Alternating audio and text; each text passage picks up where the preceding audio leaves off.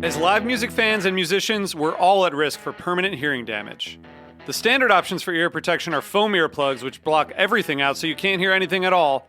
And then there are custom musician earplugs, which are really expensive. Vibes high-fidelity earplugs, as seen on Shark Tank, are affordable, reusable earplugs designed for live music fans and musicians. Instead of blocking out all sound, Vibes reduce the volume of loud live music to a safer and more comfortable level that prevents permanent hearing damage and ear pain, while still allowing you to hear the music clearly, whether you're a live music fan or a musician. Vibes' clear, low-profile design make them virtually invisible in your ears so you can be discreet about wearing hearing protection in public. Each pair also includes a carrying case and 3 sizes of interchangeable ear tips to ensure a comfortable fit for any sized ear. Vibes are used by hundreds of thousands of live music fans and musicians around the world, and they're trusted by the country's top professional orchestras and college music programs who outfit their musicians with them. Go to vibesearplugs.com/NSR to learn more and to get yourself a pair of Vibes high-fidelity earplugs for less than $30. That's vibesearplugs.com/NSR. vibesearplugs.com/NSR. Vibes high-fidelity earplugs are great for all live music fans and musicians, and they make a great holiday gift. So check them out. Protect your ears with Vibes. No Simple Road. Yeah, here we go. I know the road may seem to go on forever and a lifetime.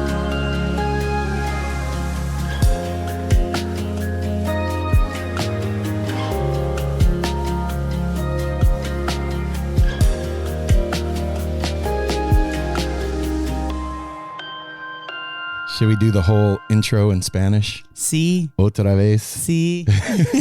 Hola. No. Hola, todos los amigos aquí. I don't know how to do Hey Now, No Simple Road Family. Hey Now, No Simple Road Family is Aaron. And it's Mel. And hey, everybody, we're back. We're back. Well, Sans apple. Mostly back. Scene. We're Manzana. working on 100%. We're working on our Spanish. We're working on the intro without apple. And we're working on our sanity. Yeah. We're back from 2 nights in Seattle and 1 night in Portland, a fish. And back in, getting back into the groove. There's a groove. Yeah. There really is a groove. I know. For sure. And I'm kind of not in it. And when you get out of it, it's kind of, it's like 2 left feet trying to jam. Like, dance what?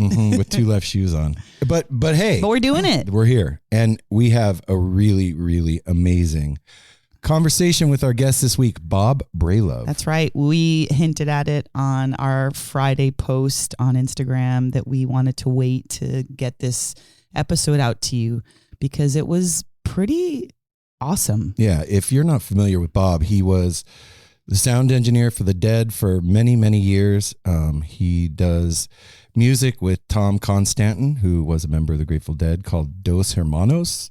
And he has a new album out called Acoustic Conversations. With Patti Weiss, the violinist. This is really special stuff. Man. He was also the production guy for Stevie Wonder. Yeah. And so that's pretty cool. We get to talk about that a little bit. This is I would say this is a hip cat. Yeah, oh yeah. Oh yeah. 100% hip.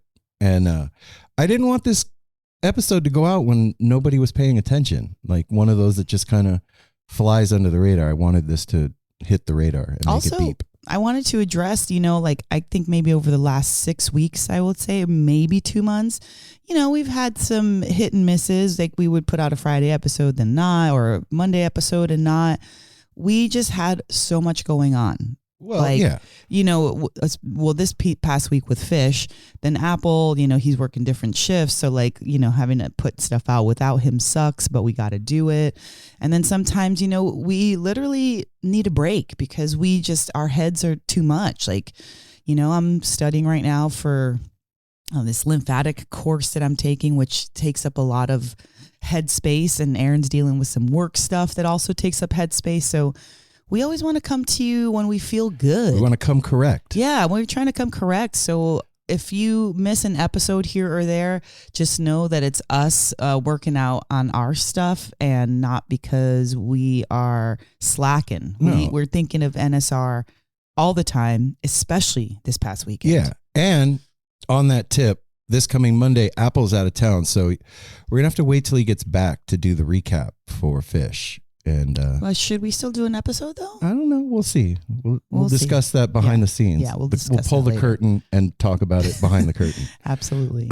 You want to start the business? Yeah. So if you haven't already, follow us at No Simple Road on Instagram or go to nosimpleroad.com on the interwebs. And when you get there, you're going to find a plethora of things. Mel said plethora. I did, because you can sign up for Patreon, which is our way to fill our breadbasket. That's what we do. If we have visitors here, that comes out of our NSR fund. If we need to do anything, buy new equipment, all of that, that comes out of our NSR fund. So you guys out there that are our Patreons or our one-time donation givers, thank you for doing that. And if you want to do that, go to www.patreon.com. I said www. You did. / No Simple Road and check out what's going on there. And you can also call 971-808-1524. That is the No Simple Road tepid line. You can call in, leave a show review, tell us a story. I don't know, something. All kinds of stuff. There's recipes. There's, show ideas. We'd love to hear some show ideas. Yeah, who do you want to hear on the show? Or some new, artists that maybe you don't think we've heard of. And then we are also asking, this costs nothing but a little extra time to go over to Apple Podcasts and leave a 5-star review. Yeah, you could do that. Yeah, just put 5 stars and be like, hey, we love the show. Thanks for doing it for so long. You've hit me up to a lot of cool cats, and that's the end of the story, or something in that vein. But most importantly, tell somebody you love about No Simple Yes. Road. That is how we spread the mycelial network that is this little No Simple Road family. It's actually not so little anymore. No, after this weekend, we realized that we can be anywhere Fish goes and have our NSR family around. And let me just say that it feels so good to have yeah, it that. does. If you go, say, to like Germany and you're like, oh, I've got a cousin here, it makes Germany that much more approachable, that much better. If you go to freaking Wisconsin, you're like, oh, crap, I've got a long lost relative.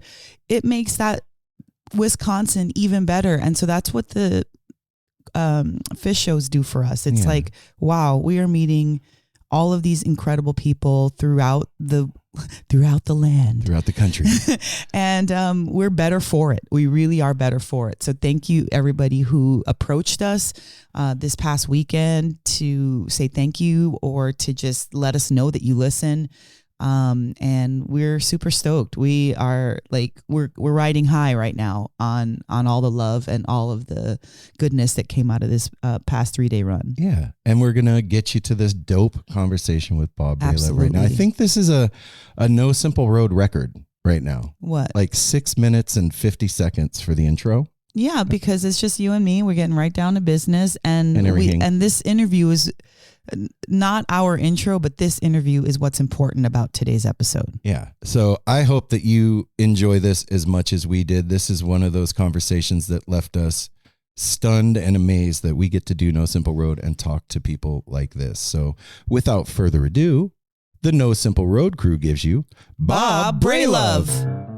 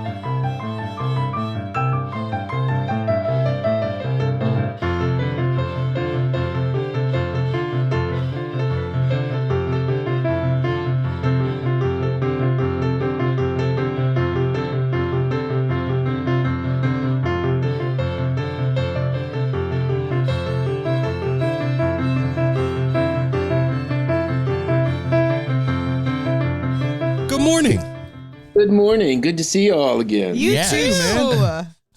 man. How's things going for you? Pretty good. Pretty Yeah? excited. Yeah. I'm heading to Barcelona What? next a week from today. Oh, wow. Fun. I got 3 gigs lined up. It's really, really wonderful. I'm very excited about it. Have a lot of fun. That's gonna be beautiful. Yeah, what Wow. kind of venues are you playing in Barcelona? Little clubs, bars. I mean, it's just there's a guy there named Aaron Federer, and he is just an amazing pedal steel player and guitar player. And we met through friends. And last time I was there, which was in November, came back after the election. Wait to see what Why'd happens. you do that, Bob?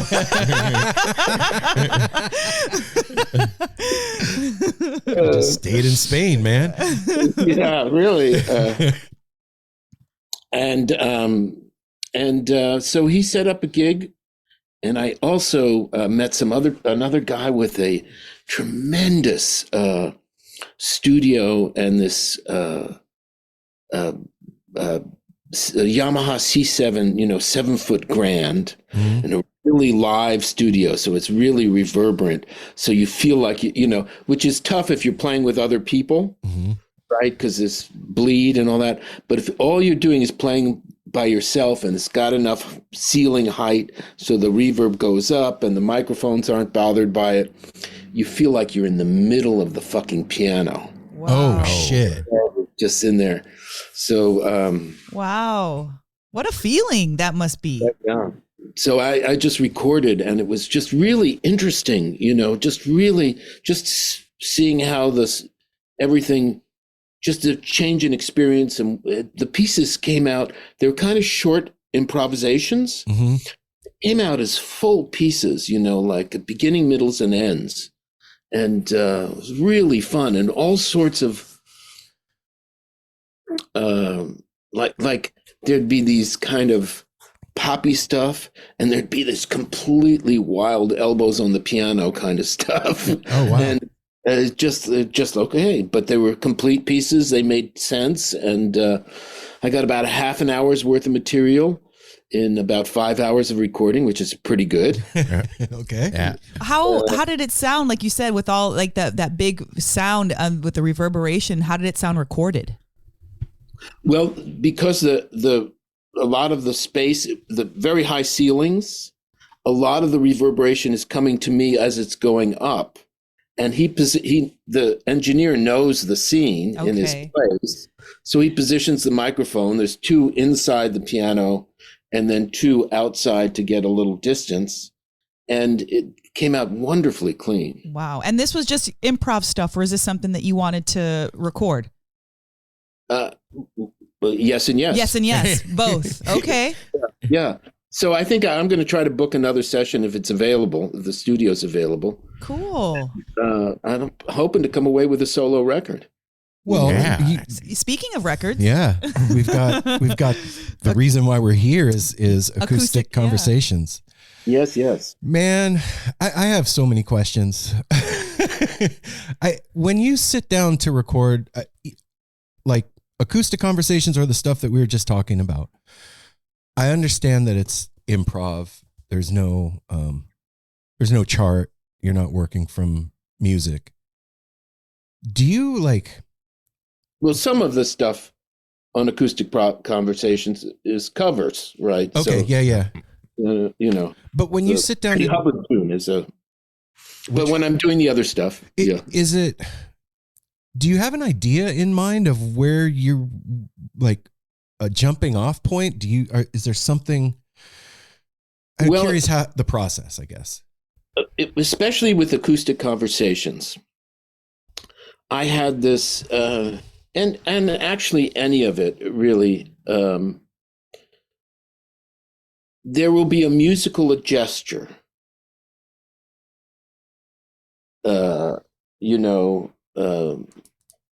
Like the opening of Urban Bounce. I'm playing these little fifths, and I'll go, now, I sat down and started playing that, and I thought, oh, very Monk, very Thelonious Monk kind of vibe, Mm-hmm. and infinite potential. So the gesture has to have potential. Some gestures, they're not dead ends, but for this kind of recording, there's only 2 or 3 things that you can do on top of them or against them or with them, unless you start really manipulating them in a very conscious way. But some things become the bed to take it anywhere. Mm. And so with Acoustic Conversations, I'll start something like this, like the Urban Bounce. I'm like, I know where this is, this just feels like something we can do. Okay. Yeah. Okay, that makes sense. It I just like that. feels like it. And I'll do it. And that's true with Tom, if I'm bringing something to him. Yeah. And with Tom, it's always something we can do. Yeah, Tom seems Yeah. like the kind of individual that can get somewhere no matter what. So if I can't get somewhere, he will take it to a new place, and then, okay, I see that door opening now. Right. Walk in. Yeah. And it may not be what I expected when I brought it to him, but he sees potential that I didn't see, and, it's okay. That seems like the most fun kind of person to play with. Oh, Is yeah. somebody that can take you where you didn't know you wanted to go. Yeah. You get spoiled for it. Oh. Like working with other people, you mean? Yes, I mean you look for it. Mm. You look for it in it's a different. There are people who can play anything, but it goes there to the same place all the time, and I'm blown away by their technical and musical ability. But it doesn't mean that they can then take it and invent a new place to go. Sometimes they can, and that's really mind-blowing, because that's that's the you get all of the gifts in one place. So you get spoiled for it to, it's like you get spoiled for the Grateful Dead. Mm-hmm. Yeah. It's like, okay, something's going to happen. And,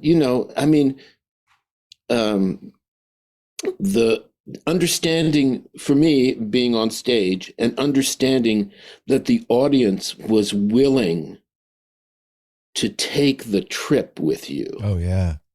and understand that they were willing to take the risk.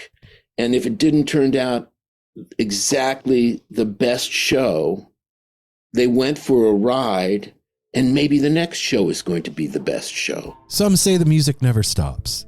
It doesn't. I've heard it. I've heard tell the music never stops. And do you know who else doesn't stop?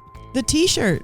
Over at shoptourbus.com. That's right. Yeah. You want to Shop go? Tour Bus doesn't stop. That's right. Go check out the new Music Never Stop design over from our friends at Shop Tour Bus. It's cool. Pre-orders start this weekend, and they'll have it in as they say, a small rainbow of colors. A rainbow full of colors Awesome. and sound. Yes. Yeah. ShopTourBus.com is the online lot's dopest purveyor of Grateful Dead inspired merch.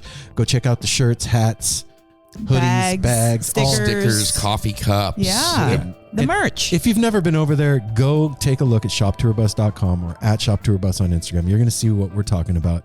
They are the coolest shit ever. And come to you in a hand-designed, one-of-a-kind box with a bunch of extras. And you may even get a Grateful Dead bootleg on the inside of your order. Yes, a real-life cassette tape. Thanks. And you also will get free shipping if you put in the promo code No Simple Road, all one word. And that fancy box with your super soft T-shirt will come to you for free shipping. That's right. And if you're really, really good, you might even get a packet of Kool-Aid, because I saw that in one of the boxes recently. True. So you never know what you're going to get. It's like a fun surprise box. That's right. Who doesn't like surprise boxes? I love surprise boxes. Mel loves surprise boxes. I sure do. You do too. Go to shoptourbus.com. You know what, though? One of our buddies, this guy is like, how old's Connor? 24? Yeah. He's in his 20s, early 20s. And this guy knows more about the Dead than I will ever be able to hold in my brain. Yeah, we're constantly blown away Yeah. by what he pulls up. We were hanging out late after a show a few weeks ago, and he brought us this Dark Star from, I think it's 74 or 72 Cleveland. And this thing is like, it's completely unhinged. There's no. Right, 72 Cleveland. I'll find it. Hang on a second. I'll look it up. But it's completely unhinged. There's no musical pattern to this thing. It is completely. It's Phil playing frequencies and feedback on its bass for like 30 minutes. And part of the way listening through it, I stopped and I asked him, I was like, wait a minute, is this a show? And he was like, yeah. I said, Still standing on the street in Cleveland. I thought like this was just like some shit from some like studio stuff. From a studio when they were just like hanging out. Tunings. Yeah, whatever they were up to. And it really like underscored what you just said, how the audience is really willing to take that trip. I mean, to be able to have the balls, first of all, to get up on stage and go for it like that and not play music at a concert.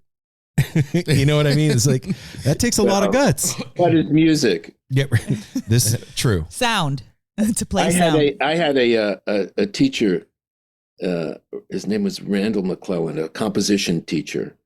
And he came up with the best definition I ever heard.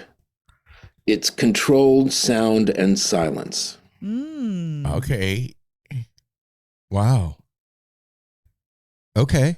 I guess that makes sense. Yeah. Because I've heard that, like, You think of controlled sound, but controlled silence is very important too. Like that. I've heard that quote from Garcia where he says, I'm always looking for the space between the notes. And Yeah. I never quite really understood what that meant. And then after talking to folks like you and other musicians who are improvisers at heart, there has to be that space. There has to be room in whatever the thing is for the magic. That's where that magic comes in. Spring is springing. It is doing the spring thing. And there's no better time to order yourself some custom tie-dye clothing. Ooh, looking all fresh Yeah, for the from spring. Our sponsor, the Grateful Mountain. Then you're going to be going to all these festivals and shows coming up. We're all going to be outdoors soon, running around, amphitheaters and shit. And you're going to be able to look fly with these dyes. Tight, fresh new gear. You can get like bib overalls or shorts. You can get shirts, dresses, whatever you can. Comes in white or otherwise. You can have him do. And Travis has even said he would do kerchiefs and bobby shorts and other special and reverse requests. tie-dye stuff. Go follow at The Grateful Mountain on Instagram. He's given the No Simple Road crew 20% off with the promo code NSR20. NSR20. And you're getting free shipping. Go check out what Travis is doing, man. It is some dope gear. And like I said, doing custom orders. So slide into those DMs over at The Grateful Mountain. Free shipping is for international. No. Right? Nope. No? All over the world? No. You just said it's for international. Oh, I said it's no. Okay, sorry. It's yeah. Guys, I'm out of my rocker right now. Yeah, the continental United States. I'm out of it. Sorry. That's cool. all I'm going to say Here about we go. Go over there and get fresh. Well, Miles Davis was a big guy of looking for the space. And he would say that, somebody would say, how do you know, asked him, how do you know how much to play? you know. You know. Yeah. I do a blap, and it was, oh my God, it's amazing. You know. Played two He notes, did it man. right in the right place, and he says, I just want to put enough flavor the way you put lemon on fish. Oh. Not too much and not too little. Oh wow. Okay, totally makes sense. And if you think about it in that vein, like if you just squeeze the whole lemon on the fish, it doesn't taste good anymore. It tastes like shit. It tastes like lemon. But a little bit, the hint brings the whole thing together. Right. Well, right. Bob, I'm curious, what was like besides the Dead for you, what was the stuff that you were really interested in when you were young that started to form your ideas on music? And hang on one second before we continue, because I know Connor's screaming at the thing right now. It was that Dark Star is from December 6th, 1973 at Cleveland, Ohio's Public Hall. That's the thing. To picture this going on at a public hall. Yeah, what? Like a community center. And Like they if you are- were to walk in the middle of that, like you weren't at the concert and you walked in at that time that was playing, you'd be like, what the hell are What these people is listening happening? to? I know he knows what we're What? talking about. But What is this? But once you've been in that, whatever you want to call it, jam for 15, 20 minutes, it's the best thing in the world. yeah, man. Well, Phil was breathing bass at that point. It's, you know, and you can't map the road to get there. No. You know? You just have to go. We have to go for it. And it's about this, especially that kind of thing. You know, it's about the monitors being the way they are to make you feel like doing that. Oh, The house has to be, you know, it if any of that changes, what you do is changes. right. Right? For something that is so low end, you know, it's like I don't know if you've seen any of the Sphere stuff. Oh yeah, we did 4 nights of the Fish Run, and I did 1 night of Dead and Company. Well, that section with the beam, Mm. and it just sort of rolls over the audience and just sustains there in this huge low end thing. Mm-hmm. Mickey has tried that thing and sometimes has succeeded, but when all of that lines up for the room to sort of elevate, Mm-hmm. that's what he's looking for. Man,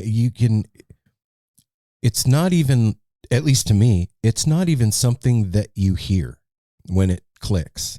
It's full body. It's like jumping into water or something. It clicks. You could feel it, like you've switched something on at that point. Your body and mind react to the music in a certain kind of a way where it's like, oh, we're in the thing now. Now it's happened. That's why it's timed in that space, right? Oh God, give me a chill. Thinking about it. I can remember being a young deadhead. I think it was maybe the first tour I did with Oakland Coliseum shows. This had to be like 90. And during drums, we were like running around with a head full, and I was sitting on the concrete steps of the Oakland Coliseum, and he was hitting the Beast, and you couldn't hear it. And I was like, what the fuck's going on? And then all of a sudden the floor started trembling, and you could feel your shirt shaking and your eyes vibrating. And it felt like the Oakland Coliseum was going to levitate. It was shit. It was levitating, Aaron. Yeah. It was to me. Well, you know, in Mickey's studio, he has in a frame, a little piece of the ceiling. I think it's of Madison Square Garden. Oh shit! It fell during the performance. From the beam. Oh Wow. wow, that is a cool souvenir right there. That's It's like, definitely yeah, I cool. brought the roof down. Look what I did. Okay, so back to the question. Yeah. So I spent 8 years before the Grateful Dead with Stevie Wonder. Yeah. Right. So he was a huge influence. And then, as a kid, the radio had everything. Yeah. There was so much variety. It was Aretha, and then, the Stones, and then, Otis Redding, and, we were glued to the fucking radio. Mm-hmm. I was, and my family, I grew up with a lot of classical music around the house, and was studying piano as a kid, and all of that, Chopin, and so and my parents would take me out, even as a little kid. They took me out to classical concerts. It was very important. Culture was very important in my household. So I would see operas as a little kid. I would see. I saw Jean-Pierre Rampal in a small theater in Manhattan. Flute player, just a phenomenal classical flute player. So it was really a mix of a lot of stuff. And I listened to Working Man's Dead in high school, and American Beauty, a little bit of Europe 72, and I saw them once. And then I was, there was a time I used to go to the Philadelphia Folk Festival, that, you'd see David Bromberg or Bonnie Raitt, or, just Rambling Jack was there, just amazing players, performers, storytellers, Terry Brownie and McGee, these harmonica, guitar, and vocal. That's, just bare bones. Folk. And of course, the scene had its own attraction wherever you were. Everybody was into music and into sharing music, and turning you on and handing you a guitar or doing something, and everybody, Dylan, oh my God, what an influence as a kid, that songs could be saying these things, could make a difference like this, and say something personal. Right. And then I got into composition, and I spent a lot of time in the library, the record library of colleges, and listening to Stravinsky. I loved Stravinsky, Bartok, all those odd scales that Bartok used. And so there was a lot of stuff. The Beatles. Yeah. Yeah. I don't think that people, I don't think the current generation that's coming up clearly understands what a force they were, what happened with them. It was, because that was like, I can't think of anything that else. was viral before it was viral. Yeah, I can't think of anything else like the that. Scene. Yeah, well, right. It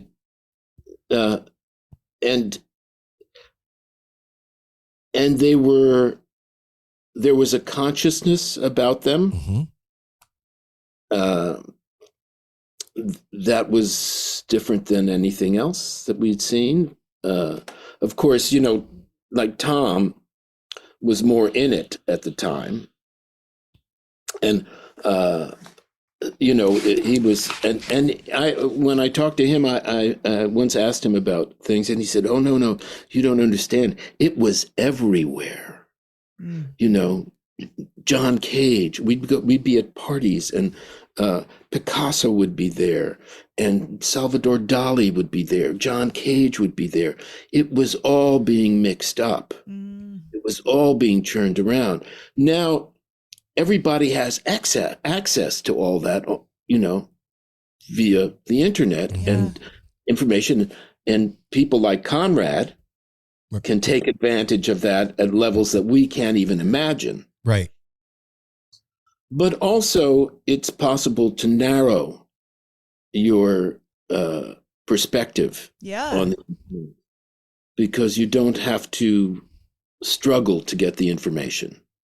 You don't have to go to the head shop and find out where somebody's playing, and you don't have to, figure out. You don't have to go find the album in the record store and read the album. It was a process that was bonding, I believe, and exciting. It was a new world. Yeah, it was hidden too. There was an occult, and I don't mean that in any kind of like magic thing. I mean just hidden. There was an occult feeling to it as well, where like you had to know the heady cat that had the bootlegs. You know what I mean? You had to know that guy, or you weren't getting them. Yeah, it was like a secret. Yeah, you had to. Like most folks that I know that found the Dead and other stuff in the late 80s, it was because of an older brother or a friend that was already ahead that turned that person on. You know what I mean? It's way different. My first Grateful Dead concert was because my brother couldn't go. See? Yeah. I went with his friends. Right. He gave me the ticket. Here, you go. Right. And now, you've got YouTube and Apple Music and whatever that you can find. And look, far be it from me to pass judgment on what's the right way. I don't fucking know. I'm just glad that people still love it. You know what I mean?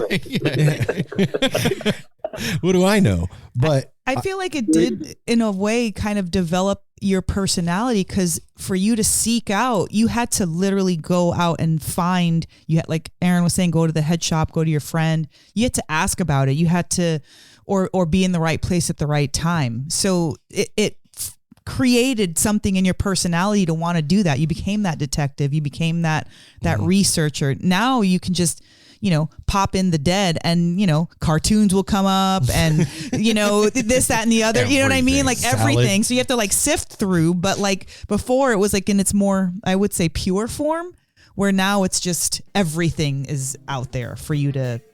Guess who's back? Back in town. Melt is back, everybody. Yay, Melt. Melt Premium Mushroom Chocolates, your one-stop shop for the finest mushroom chocolates on the planet. And not just chocolates, gummies too. Yeah, and they even have a new addition to the family of gummies. They have the elderberry, the tangerine, and the popular pineapple.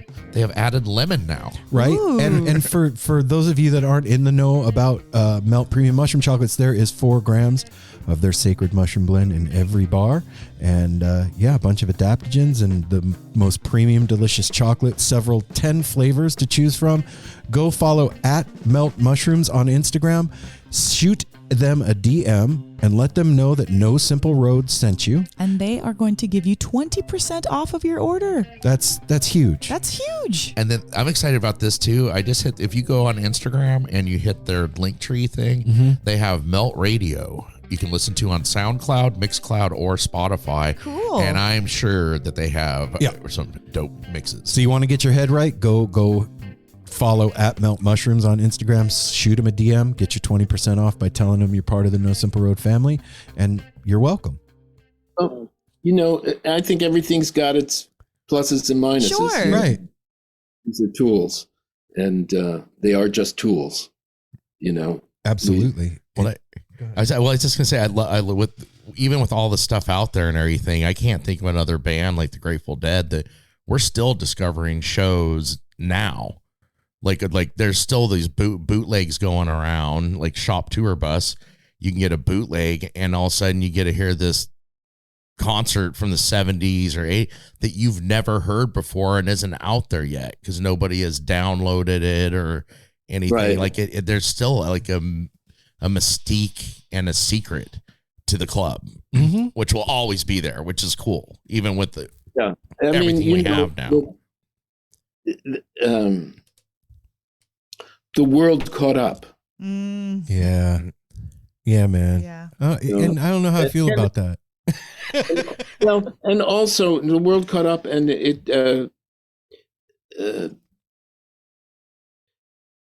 these kind of masters don't come along All the time. all the time, and they have so much to teach us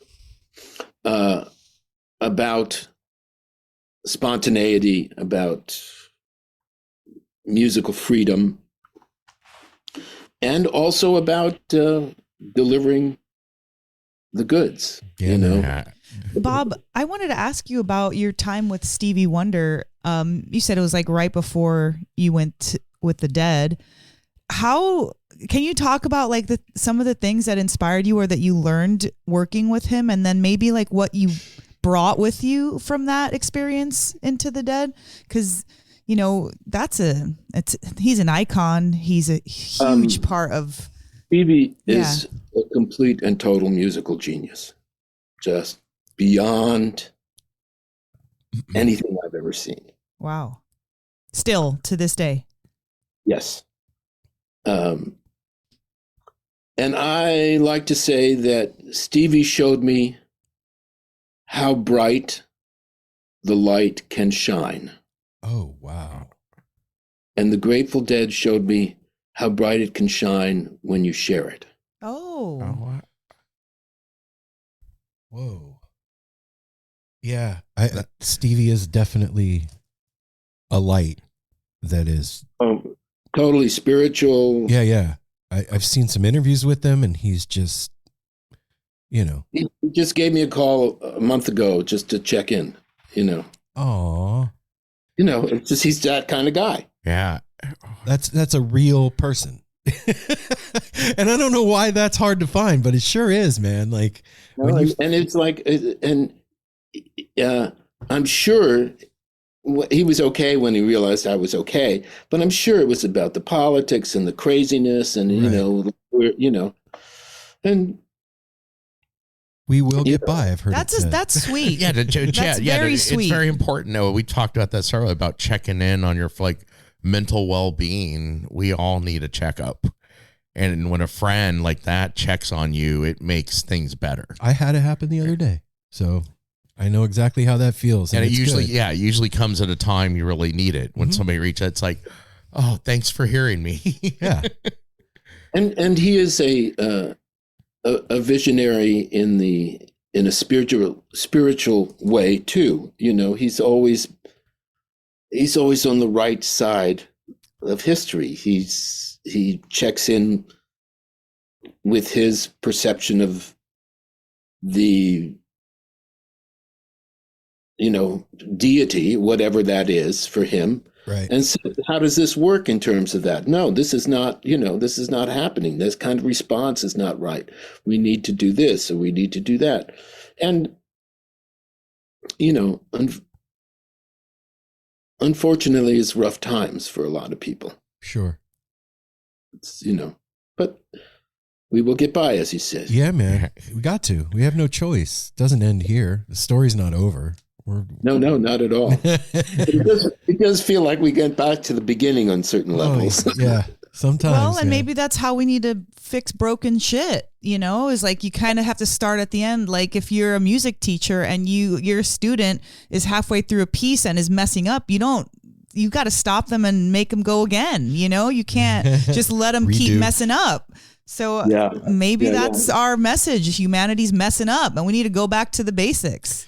I just feel like it when I was in high school or junior high, the thought of the year 2025 was bananas. It's like some Star Trek shit or something. Yeah. And to the fact that we're fighting over imaginary lines on maps and people are hungry and it's 2025.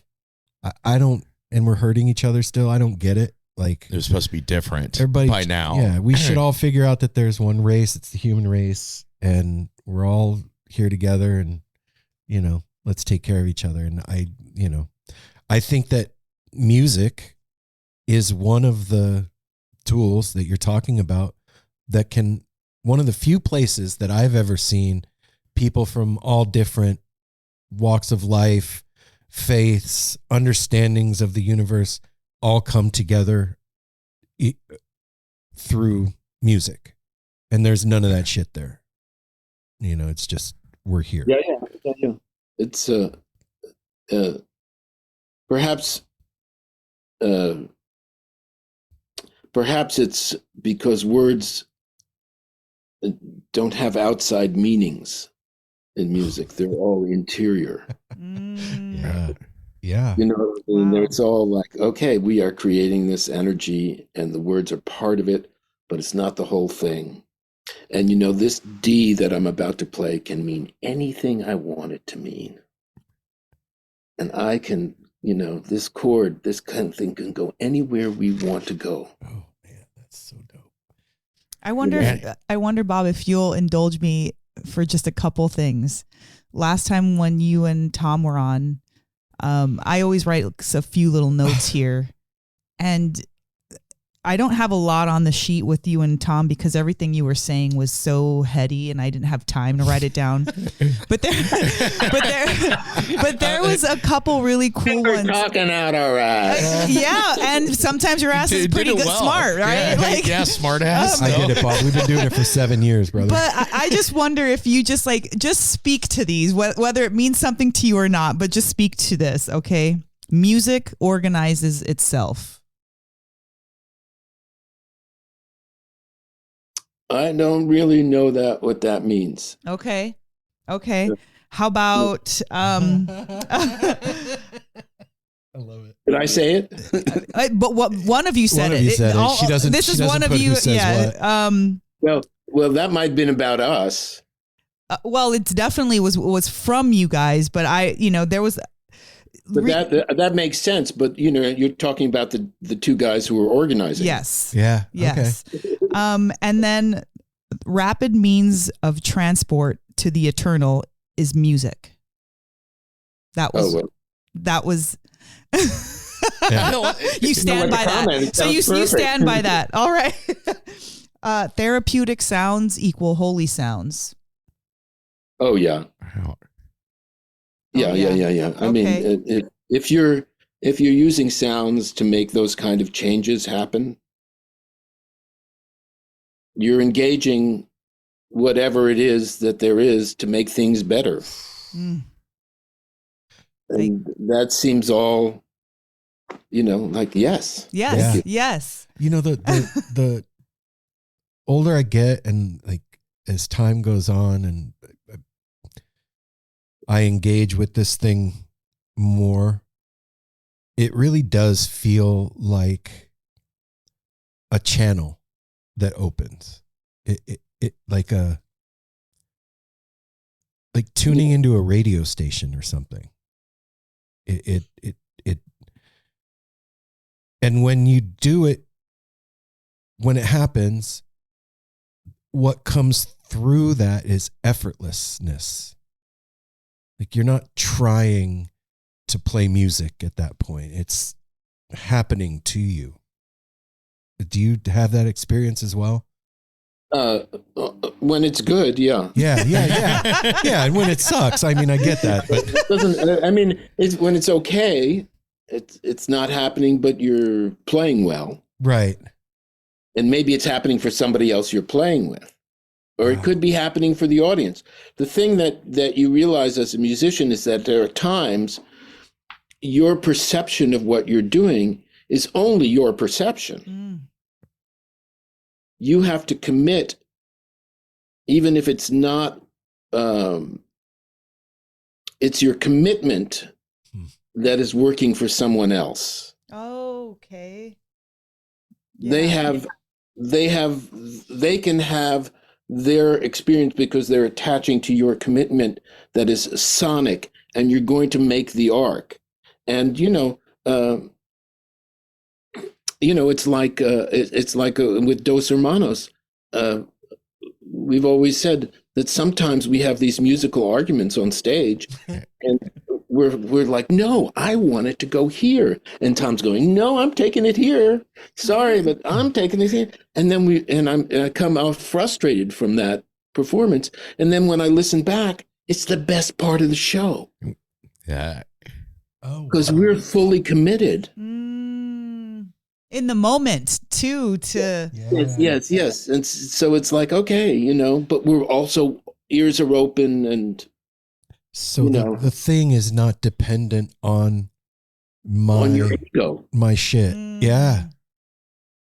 It's Yeah, not, man. and I think when you're most egoless is the best time for it to arrive. But you have to acknowledge that it's not about you. Which is like, which is hard well, because it's you're almost- doing it. It's almost antithetical to playing music because it's not about you, but you are the instrument. Yeah, and you got to practice, and you got to work on it, and you got to play whatever it is you need to play to get there. But Tom is one of the few people who always looks at music from that place. There's always kind of a distance, and he will convince me that a Dos Hermanos track is worth it because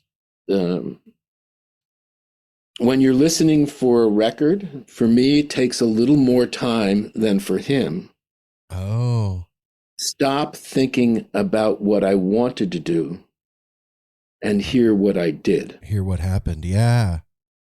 Wow. And that's a switch. That's a conscious, you have to make that decision. And that's not easy. No, you can just let it go. And it may be time. And then you go, oh, this is fresh. Okay. Yeah.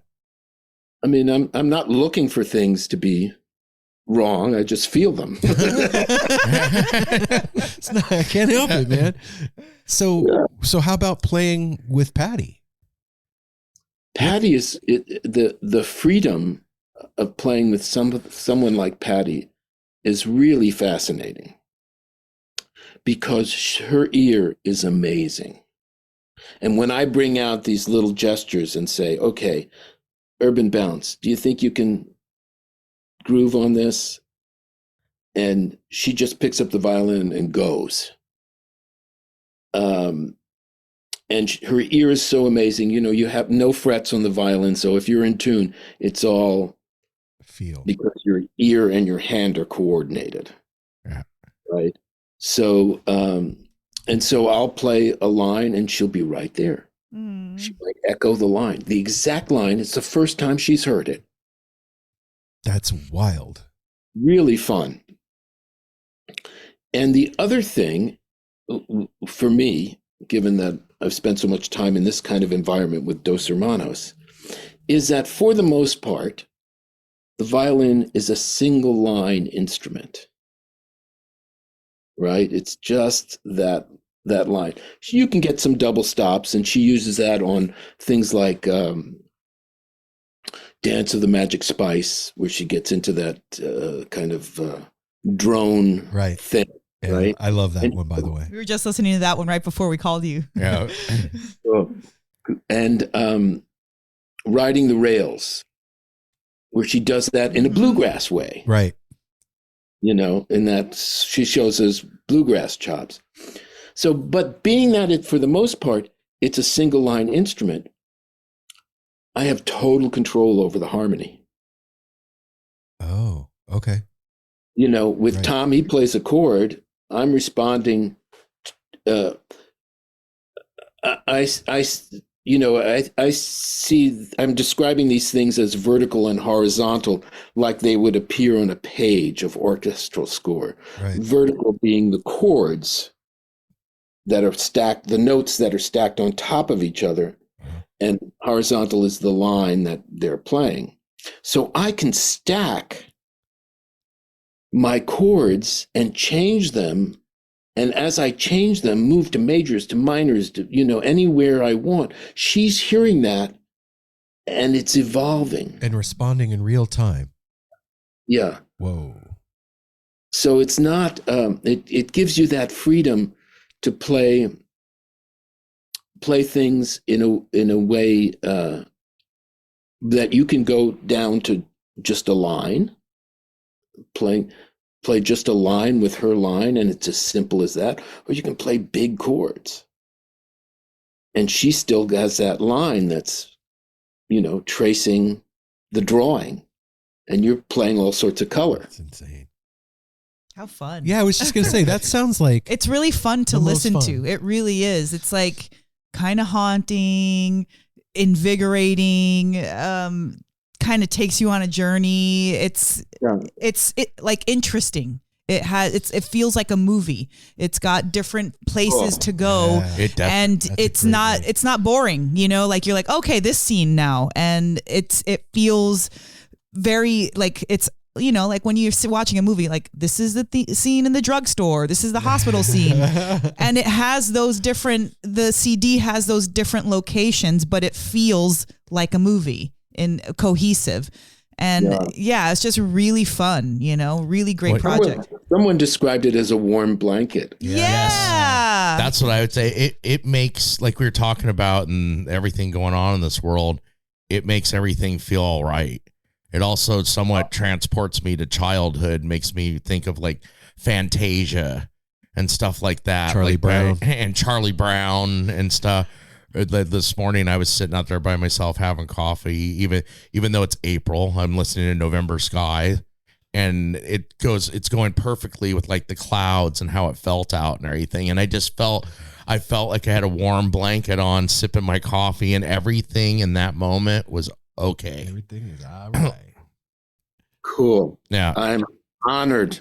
Yeah, man. That's a cool magical power that musicians hold, is to at least, even in the temporary, make things feel okay. Yeah. Music is like a balm for a rashy skin, It just makes or like things, mom telling you everything's all right. Yeah, like all these different the hand on the shoulder, that kind of a thing, and the more or slap you awake. That's what I was just, or like the Dead, the smack water, the shit out the of bucket of water in your face, same thing. But you know what? Through all of those, it's a companion, and that's what the best part, I think, for me, is when I listen to any music, new music, old music, familiar music. It's a companion. You can be with music and not feel alone. And there's not many things that are similar to that. It engages people in a way that is intimate. Yes. And that your experience with that music is real, true, and yours. Personal, yes. Yeah. And you often can share it with other people and say, you get this, and they get it. But what's so weird too is, like you just said, it's like we said it's personal, but I didn't make it. You're having a personal reaction to it. Yeah. Also, you are making it because you're actively listening. Okay. Yeah. I guess that is a part of it. You're right. This is part of it. This is a huge part of it. We're all, as musicians, we're all hoping that you can have that reaction. Sometimes music blocks it. It's just not right to this or to that for you. Sure. That's your personal thing. That's cool. Yeah, that's fine. But everyone is hoping that someone will have will open themselves up to the experience of what they've created. Think about last year on the last night of the Dix run and the experience that you and I had together and separate, where like you could move your pinky and the music would respond. You were doing that. That's real shit. That wasn't some imagination thing. That was real. You and I had the exact same experience, didn't talk about it until after that happened. So if, like Bob said, if you're an active listener and that thing is happening, you're creating in it with them.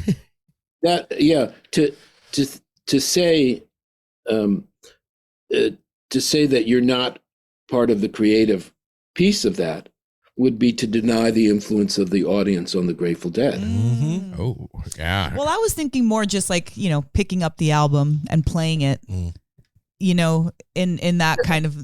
But that's part of it, is what you're saying. Yes, all it's part the of circle. the whole thing. Yeah. Yes, it's the loop. You've closed the loop at that point. Yeah. And you're trying to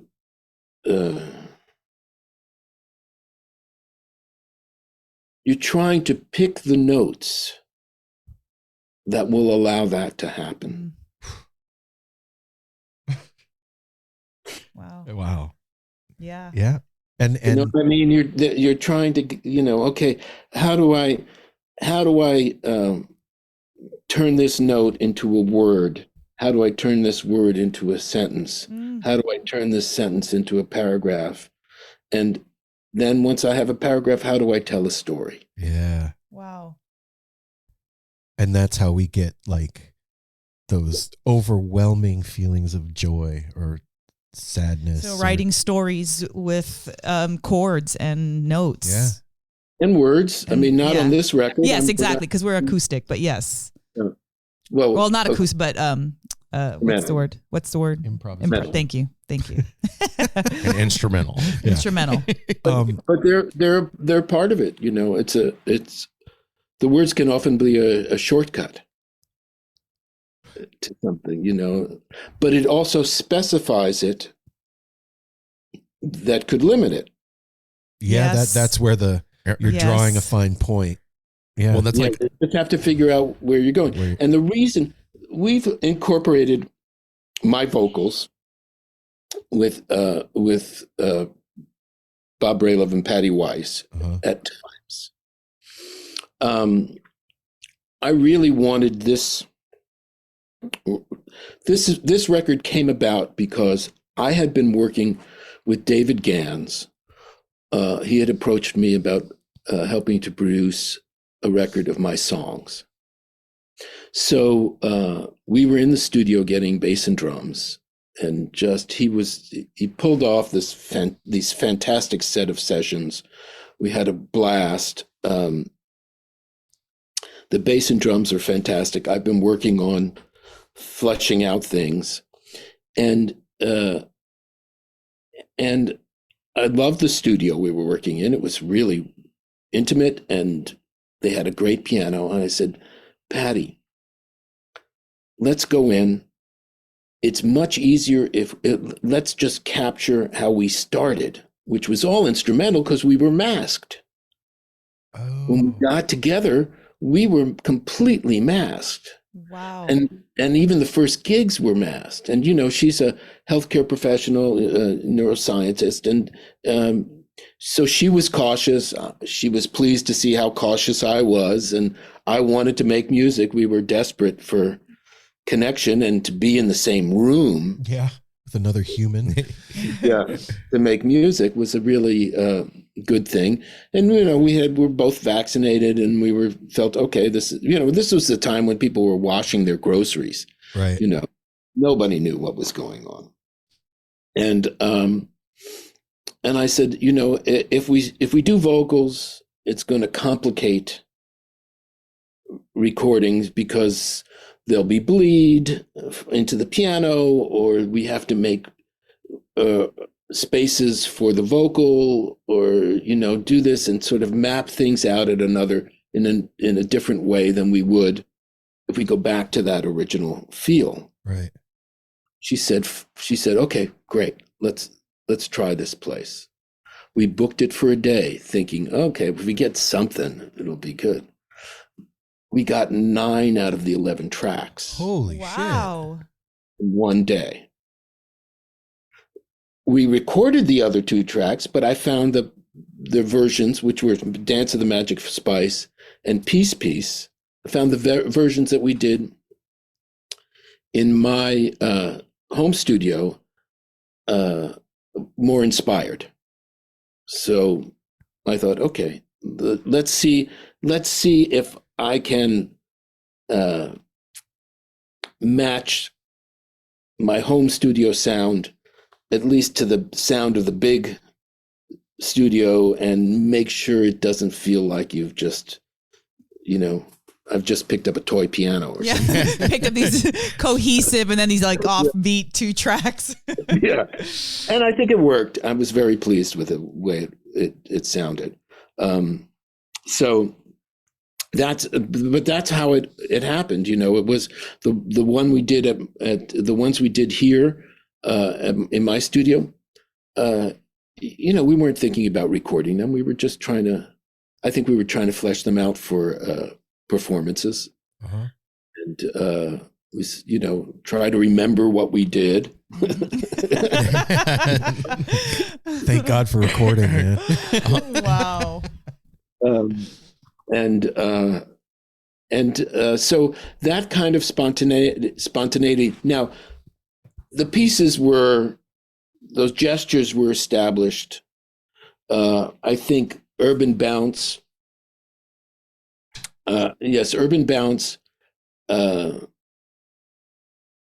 wrote ahead to get Patti that ba-da-da-da-da, ba-da-da-da-da, ba-da-da-da-da, and then up the fourth, and then anywhere you want. But that was just because I think kind of out of time, I listened to tracks that she got into it right away and tracks that were holding back a little bit, trying to remember where we were. I said, if I write you this head, you'll be in it in a second. Yeah, we always have a place to come back to if we get too far afield. Yeah. So I wrote that. But aside from that, there was nothing else written. And no overdubs? No overdubs at all for the whole record. Wow. Wow. And this was through Little Village, correct? Little Village. It was Goody Sound. Oh, Goody Sound. Okay. Yeah. Okay. No, not okay. Okay. Yeah. So, you know, we went in there and we got it. And of course, as I told you, it took me a little while to hear it. But once I did, I was very excited. Do you have a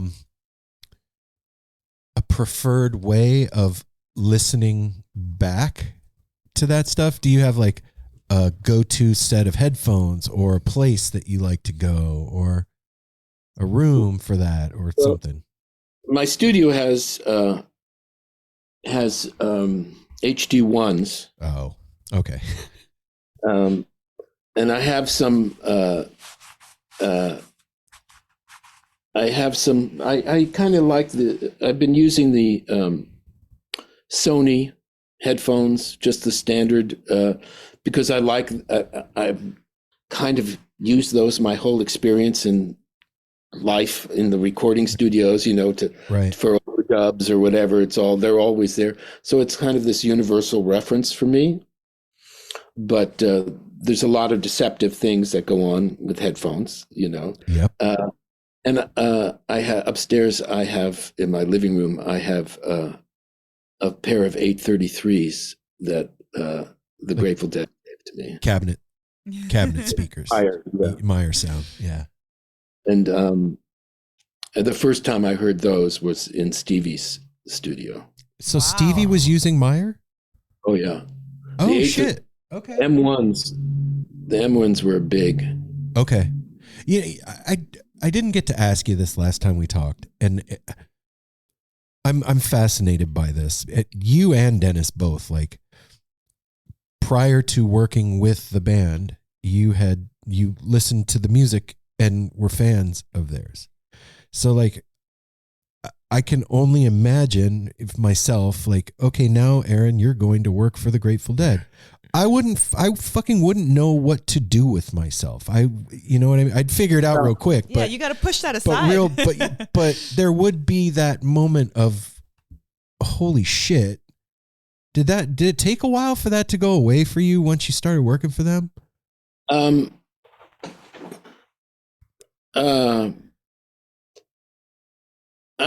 I think that really happened. Now, you say I was a fan of the Grateful Dead. I didn't know what Deadheads were till okay. They're real fans, you know what I mean? Yeah. I liked the music, but I wasn't. When I was working out of the Motown scene, I didn't really know much of what the Grateful Dead was. I was all Fair enough. top hits. Yeah. I had that experience with Stevie, where he invited me to my first recording session, where he was going to overdub, and I had given him I wrote some software for him because I'd been working at a software company, and he had one of the computers, and it was about speech synthesis, so he could use the computer and it would speak to him, and new ideas then. Now commonplace, everything talks to you. And he said, why don't you hang out? I'm going to do some recording. And he played this Yamaha CS80 and an overdub. And I sat there and watched him put pure joy into the music. And I said, and I had almost finished my master's degree in composition at this point, and I said to myself, this is what I've been waiting for. Aww. This is my first music lesson. What? You can hear that it makes you emotional thinking about it now. What Like what was it that you what literal thing was it that was being recorded? Is it available? Oh, what was the track? Yeah. It's probably on In Square Circle, Okay. because that was what he was working on at the time. And it was just he would do it every night on the show, Yeah. but it was, But you were up close and personal with it, right? yeah. And I had never seen that kind of like somebody just be so available to the spirit of music that he was transported immediately, and you were very quick to follow. Just lifted the energy. As you all know from Grateful Dead shows, when that thing would happen, Jerry could bend one note, and the entire, Coliseum would turn on its side. Yeah, man. Yeah, there's that closing of Winterland where I think it's like in the Eyes of the World or something, and he's going, and you could see that he's not home. Like he's completely open, and this thing is just pouring through, and you could see his he gets shot. He, He's like, whoa. he opens his eyes and whoa, holy shit. Like you could see him come back for a second and be like, whoa, that was happening. And when you see that, when you can feel that in a room, like you said, it'll turn it on its side or take you to the outer reaches and make you feel everything. And that's music rules. That's all I got. Music does roll. Yes. Bob, where are you guys going to be playing any shows for this Acoustic Conversations? Patti is starting to look at her schedule, and right now we have booked something called Flower Piano. That sounds cute. Wonderful, wonderful festival in the Strindberg Arboretum. So it's just down the street in Golden Gate Park. Oh, fun. It's in September, and somebody brings 15 grand pianos. Whoa. Holy crap. Spread out into the arboretum. So you might be in a redwood grove, or you might be in an ancient forest, might be in succulent grove, or whatever, by a garden or whatever it is. And it's a 12-day festival. So that's definitely happening. She just let me know yesterday. Fun. That sounds 12-day so amazing. Well, moving one grand piano around, let alone the logistics of 15 throughout an arboretum. And they have to be tuned every day. Yeah, right. They got to have somebody because overnight the temperature changes and everything. Days. Sometimes you get to it, and there's you gotta say, okay, close I'm enough. not going to play those 4 notes. Wow, man. Okay, last question before we go. In Barcelona, What's the one food thing that you like look forward to having there or drink? Oh, well, I have food issues. Okay. So there's a lot of things I can't eat. Oh, Okay. okay. I know. Uh, I so understand that, Bob. Me too. Same here. But I can always get away with a tortilla española. Ooh. You know? Okay. All right. Or a tortilla francesa is okay too. It's a French omelet, or there's a Spanish kind of frittata omelet. They call it and what we would call an omelet, but it's got potatoes in it and stuff like that. But I can't eat garlic and onion, Oh no. Oh. so it's very limiting. Yeah. That's That's two ingredients that are in a lot Yeah, of man, things. that's rough. Wow. I'm sorry, Bob. All over the world. Yeah. Yeah, no matter what. Yeah. I've been a vegetarian for 40 years. Well, I mean, I guess. And gluten is a little rough. so- Yes. Oy. Yes. Same. Yeah, man. Samesies, Bob. Except I can't do dairy. I can do onions and garlic. I can barely do gear. I mean, a little in coffee, and that's it for me. At least you can have coffee. I think if I couldn't have coffee, I would have to You would not consider- have coffee. Well- Yeah. I'd have tea, That's right? what would happen. Believe me. Well- The pain is a good teacher. So, Yes, it is, Bob. yeah, that's for real. Yes. For all of you listening, you can go to Bob Bralove, BRALOVE.com, and that's where you can find out all the info about what's going on. The new album, Acoustic Conversations, is out now, and you can go to all your streaming platforms and listen to it. Is there physical copies that folks can buy? Not just yet. Okay. I'm trying to get it on Bandcamp, but I'm having trouble because of an identity thing, from previous Got it.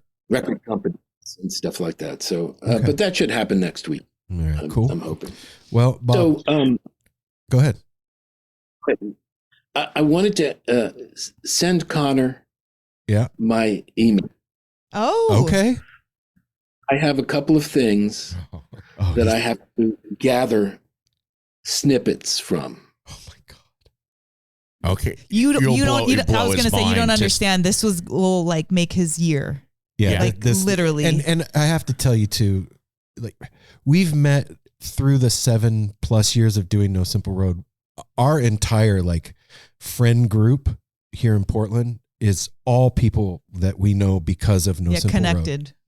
Yeah, And- wonderful. Road. And Connor has become like a surrogate son to Mel and I. Like this guy is wonderful. just one of the sweetest, kindest hearted, genuine, loving human beings you've ever met. And like I told you, knows more about the Grateful Dead, like can just bust out He dates knows and like he knows how to call the room. Yes. Like there could Musically. be 20 of us hanging out late at night, and he'd be like, "Everybody, be quiet! I got the perfect track," and put it on and set the, this kid. set the It's setting. unbelievable. And it's not just dead stuff. It's Yeah. whatever. It's anything that's and his out there. his love for all things Grateful Dead related goes deep as anybody I've ever met, and he is going to shit his pants when I send him your email.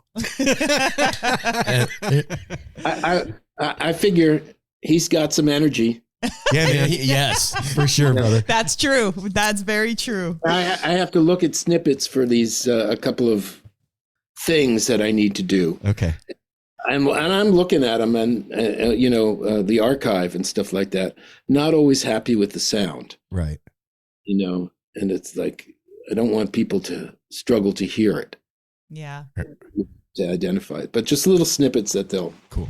Thank you for that. Yeah. Thank you. He's gonna love. Thank you for joining us again. I was Yeah. just looking, and it was 3 years ago. It was 2022, January, when we talked last. And I just really appreciate your attention to the music. Yeah. Really, Oh, thank you. thank you for being able to explain things the way that you do too. It really helps me to digest your music even deeper. And I just really appreciate that so much. Thank you, Bob. And then I get one last one. Thank you for joining us again. And I'm just curious too, anything in the future with you and Tom again with Dos Hermanos or Yes.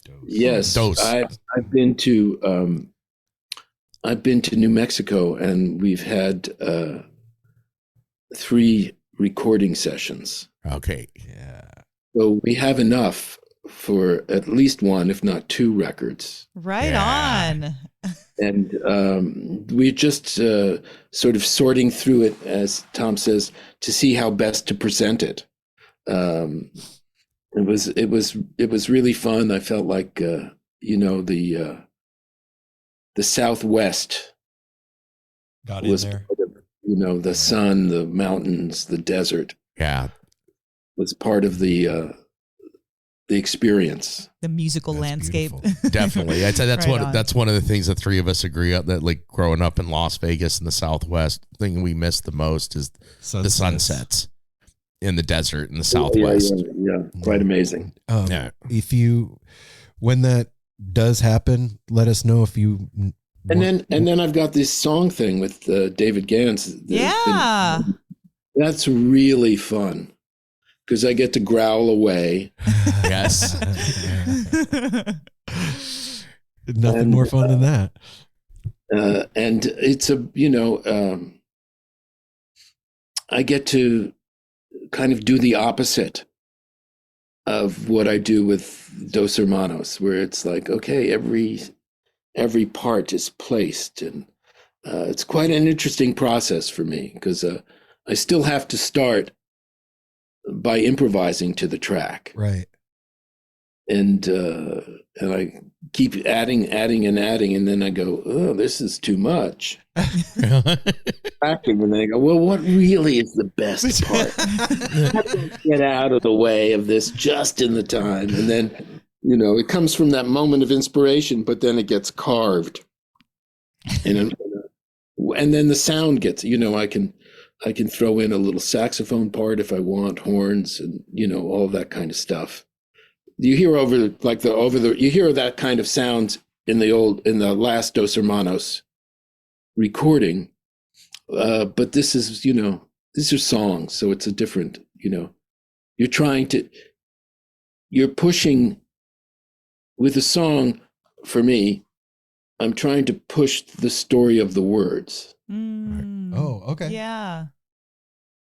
and Like an underscore.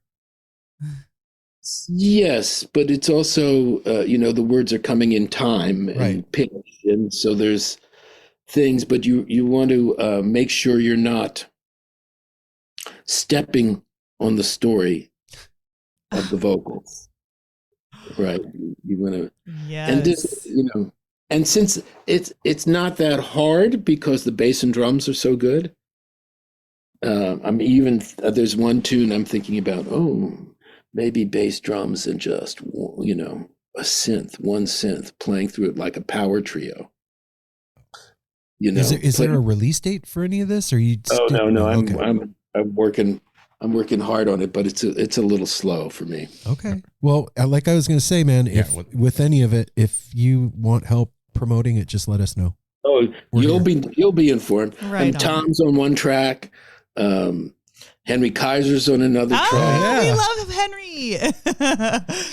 Henry. Terry Haggerty is going to do a track, and Katie, his wife, is going to do a duet with me, vocal. She's a singer. So, it's fun. It's really fun to do. And I've got enough completed that I think I have to get over my perfectionism. Good luck. Good luck. Yeah. Well, I you know how what? you do that. The wizardry is real with you, Bob. Really. Right on, man. Thank you so much, Bob. Enjoy the rest of your Saturday and your weekend, man. And if you need anything, you let us know. Bye-bye. You have a great day, brother. Congratulations. Somebody had a granddaughter? Oh, we have a grandson. Yeah, we have a grandson. Yeah. Yes. Oh, congratulations. That's Thank awesome. you. Thanks, Thank man. you. It means the world. Yeah, he's Thank awesome. you. Grandma and grandpa over here. Talk to you soon, Bob. What better parents could there be? Oh, thank you, man. Yes. And Tom, we will get by. Yeah. Talk to you soon, Bob. Bye-bye. Bye-bye. Did I say Tom? You did. He did I say didn't mean Tom. to. I don't know where Tom came from. Tom Constantin. Oh, Tom. And Tom said, Sorry. Yeah, we Tom. will get Sorry. by. Yeah, that's Bob, not that Bob far and off. Tom. Bob we and will Tom. get by. Yeah. Wow. I mean, holy shit. Bob Bralove knows about Jasper. That's all I have to say. Congratulations. My life is complete. You know what? and Fine. that's awesome that you added that in. And give Connor my email. Oh my God. I can't fucking wait to call Connor. when Well, we're done. wait. So I screwed up Bob's name calling him Tom, but then he said something He earlier. called him Conrad. Conrad. But he got it right at the end. So I know. I See? grabbed that earlier. It's like, oh, he's Conrad for now on. See, Bob, you're not the only one. It's Yeah. me too. We're, I don't know. Wow, man. What a Thanks beautiful. again. That was like a beautiful conversation. That was like his piano playing. That was also like a class in music. Yes. Like a music class. But like The when he way was he approaches. when he was with Tom too, it was the same type of like content. Like Well, Tom's a little more heady. what I'm Well, even saying more is heady. the way that they explain how what they're doing in music. It's very wizard-like, but wizardry, but also like it's like I said to him, it's digestible. It makes sense for me now. 'Cause I want to know how, why, what's the feeling, why did you do that, all Right, that, right. and when the way that he explains it, it he's allows so me good to figure that out. You know, everything he says is so thoughtful. And you could tell it's like thoughtful thinking about it and forming it. You know, with interviews like that with folks that were involved in the Grateful Dead itself, and then now are doing their own thing. Yeah. When we I'm try and be conscious. Mel, you're on your phone. yeah, because Doug was supposed to be here. Okay, well, I try and be conscious about like not wanting to bring up the Grateful Dead too heavily, Yeah. because I want to talk about the thing that they're doing what this project is. But I realized something while we were talking to him today. There's no way to separate those two things. no. And it's not. I'm not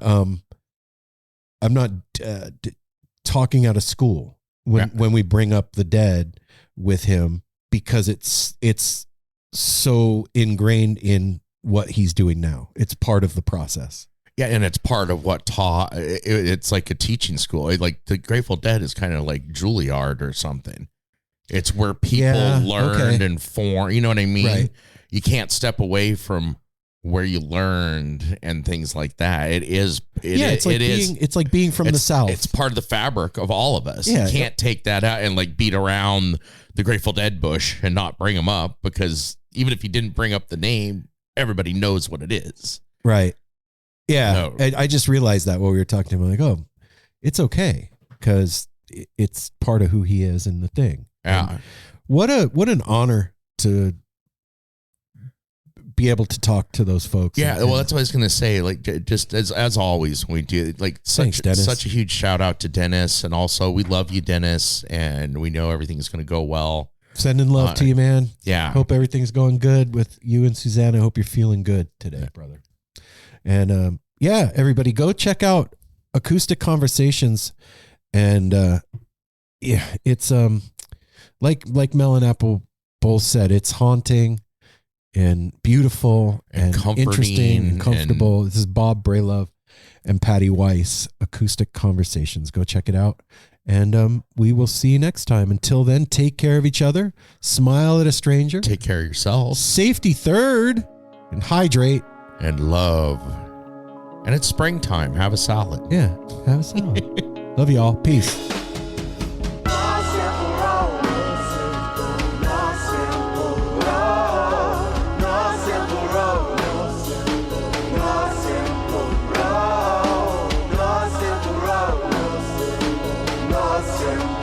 Like twisting, turns and makes me turn and it's a journey. Wish the word is many problems, but it's a burden. Family needs has been deferred and hell means been the earth and alchemy can bring the birth, the melody of a new born. So persistent, so resistant, so insistent, so commitment, so resilient, or haven't you learned it? One simple road.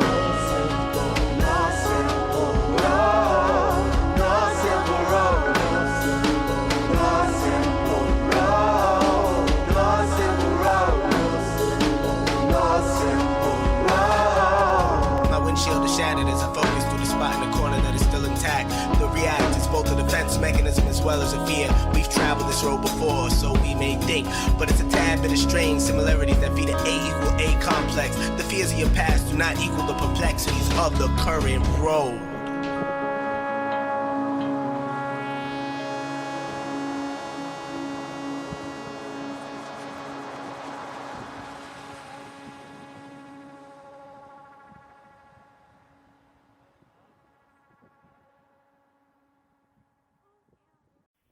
Hey, this is Steve Choi, host of the Musicians Guild podcast, part of the Sound Talent Media podcast network. Within the four walls of the Musicians Guild, we'll be discussing the habits, idiosyncrasies, experiences, and general psychology of my friends and peers, all involved with music in various capacities. Listen and subscribe at soundtalentmedia.com.